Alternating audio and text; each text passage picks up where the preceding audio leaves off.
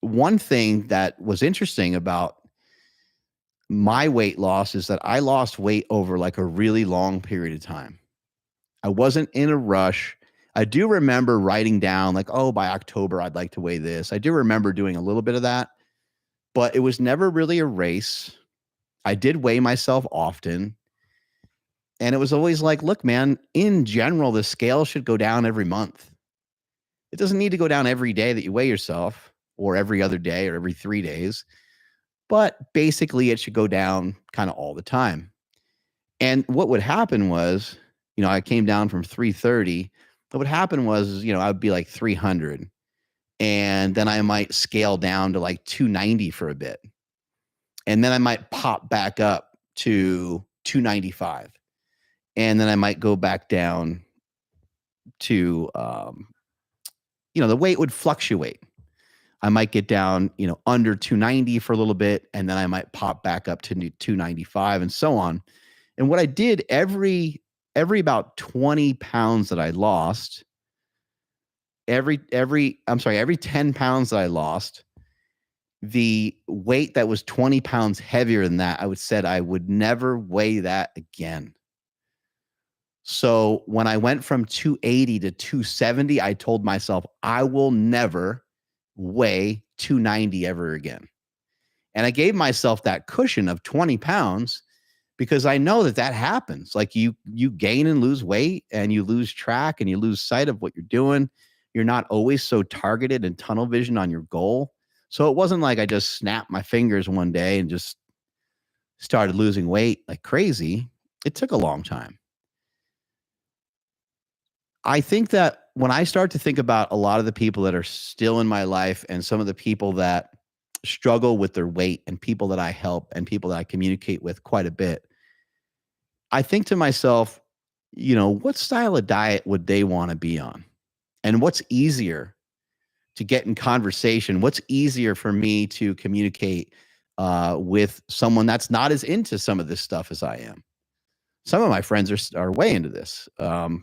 And they have extra body fat that they want to get rid of. But I have other friends and other people in my life that they don't really care that much about training and everything else.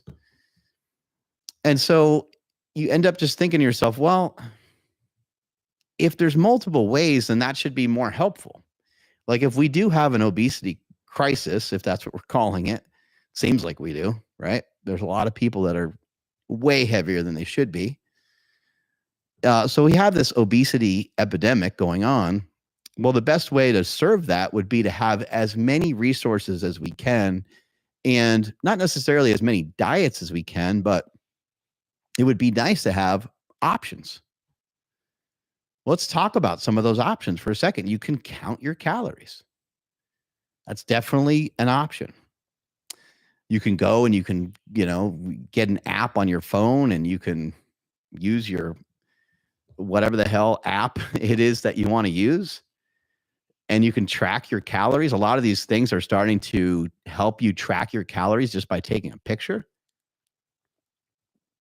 And that technology is going to get better and better, and that's going to get easier and easier, to the point where it's going to get so easy where everyone's just going to use that. I mean, literally, probably like 80 or 90% of the people with a phone at some point will probably utilize that kind of technology if it does indeed come around. I know that it's somewhat there, but it's not there all the way.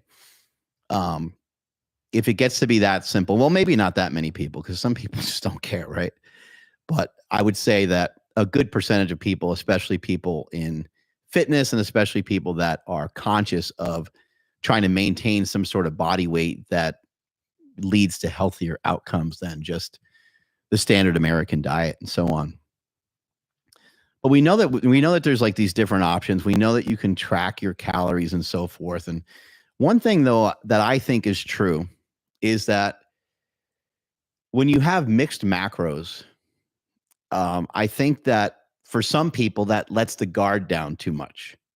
That lets the guardrails down too much. That lets the training wheels. It gets rid of your training wheels, kind of, and like it can make it feel like you're going to be off balance, because you're kind of, for some people, again, some people, but you're opening up the floodgates to allow yourself to eat all kinds of different foods when you have access to mixed macros. But you see it all the time. You know, some of these guys are eating In-N-Out burger and they're having the bun and the fries and everything else, right? And then there's people that are like, you know, low carb and they're going and getting an animal style, or they're getting a Flying Dutchman, or those types of strategies as well to, you know, kind of cut back on calories and to stay on top of their low carb diet, or maybe even carnivore diet in some cases, where they're trying to mainly just eat meat or eat things that come from animals, right? So there's a lot of different ways you can kind of do this stuff. But I think that when you have fat calories in there, I think what ends up happening is I think that your metabolic rate, I think that you can't get away with eating as much food. As an example, take someone that weighs about 200 pounds. Now, some of this is just smelly science. So, and this is just my theory, but someone that weighs 200 pounds, I think that someone that weighs 200 pounds could have maybe somewhere between 3,500 and 4,500 calories if they're eating high carb, decent amount of protein, and they're keeping that fat really low. Let's just throw a percentage on it. Just say 10%. They're keeping their fat percentage that they're consuming in a day. Their dietary fats, they're keeping them like under 10. They're trying to eat things that are very lean. Okay. I think that person gets to eat in that range, 3,500 to 4,500 calories, as opposed to somebody that has mixed macros and is eating more fat and or is doing a low carb diet. I think that person only gets to 10x their body weight in calories. So they go from being allowed to have potentially 3,500 to 4,000 calories to having about 2,000 calories. And we can give them a little bit of a buffer and say, hey, somewhere between 2 and 3. But the latter sounds better to me. The higher carb, getting more fuel in, eating, you know, having the ability to eat more, consume more energy. There's also something called energy flux. We know that when you give the body more energy, a lot of cool things happen, a lot of positive things happen, and you're going to tend to want to burn more calories. You're going to like be enticed to burn more calories. You're going to maybe want to work out a little bit more, and not only maybe work out more, but when you work out, you're going to put some more oomph into it.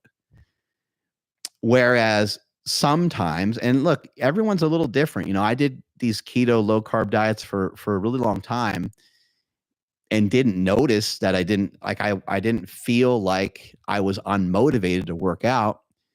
However, it wasn't until I started to think about like intra-workout carbohydrates. It wasn't until I started thinking about intra-workout hydration that those two things, or one or both of those things, really did feel like it made a big difference during training, like drinking a Gatorade or something like that, or having an intra-workout shake, which I haven't even messed with in a long time, which I should probably do that again just because I've always liked that. Now I have intra-workout drinks, but it's mainly just my hydration product in water, and I should probably get back to having some carbohydrate, you know, during the workout. I was messing around with eating a little bit of candy and stuff like that too.